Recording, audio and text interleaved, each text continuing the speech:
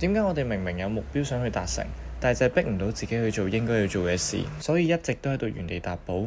呢條片我哋一齊嚟探討下自律，同埋點解自己會喺度逃避要做嘅事。最近一個月，我喺 IG 度有記錄我每日去做 gym 嘅 story， 基本上冇乜特別嘅話呢，我每日朝早都會去個 gym room 先。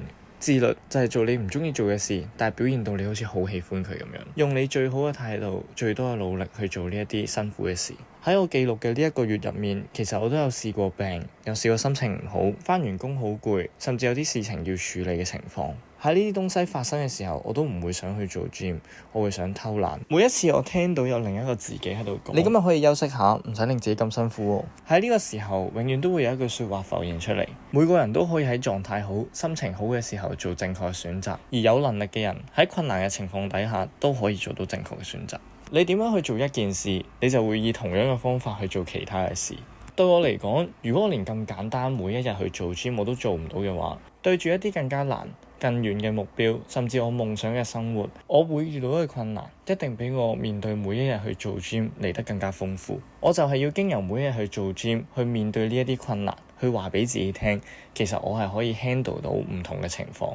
我喺唔同嘅情況入面，我都可以做正確嘅選擇。唔好睇少呢一啲小事，因為我哋生活入面冇你想象中咁多大事發生，所以形塑我哋人生嘅就係取決於我哋點樣去 handle 呢啲生命入面嘅細節。唔知大家有冇聽過難捱嘅10分鐘呢一個講法？當我哋每一次去做一啲有價值嘅事，例如學習、剪片、睇書、做 gym 等等，我哋都會有啲心理掙扎，會唔想去做，想逃避。有冇諗過背後點解係咁樣？喺演化論嘅角度，因為我哋大腦害怕轉變，佢想我哋永遠留喺舒適圈入面去保護自己。喺古代嘅時候，的確離開舒適圈就等於遇到危險。古代嘅人有機會俾其他動物獵食，我哋嘅大腦去到現代都係想咁樣保護我哋。做一啲困難嘅事，對大腦嚟講係陌生未知嘅東西，所以佢就會用盡方法令我哋留喺舒適圈入面。而難捱嘅10分鐘就係講緊你點樣同大腦去對抗，令自己離開到舒適圈去做你應該做嘅事。只要你可以捱過呢10分鐘，令自己開始，你就等於話俾你嘅大腦聽，其實我做呢啲事情都唔係真係咁可怕。慢慢訓練我哋嘅腦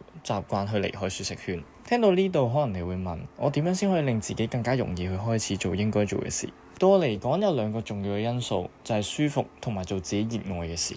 第一個 point 係你舒服先至會做得耐，做得耐你先會做得好。大部分人一開始都將個 target 放得好高，想建立閱讀嘅習慣，一嚟就已經 target 要讀10本書，想練好射波，一嚟就 target 1000球。但其實最重要嘅，你係要 build 到一個 system 出嚟，令到你每日都付出，每日都累積。更好嘅做法係 set 一啲容易達成嘅 target，例如每日睇書睇2頁，內射半個鐘頭波。set 一啲簡單嘅目標，令你更容易建立習慣。建立咗習慣之後，我哋先慢慢加強。另外，我哋可以根據當日嘅狀態去做一啲調整。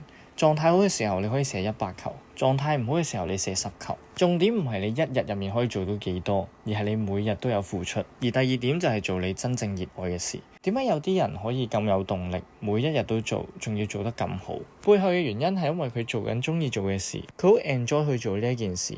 當佢 enjoy 嘅時候，佢就會不斷去做，做得多，自然練習量同其他人有差距，慢慢就會 outwork 其他人。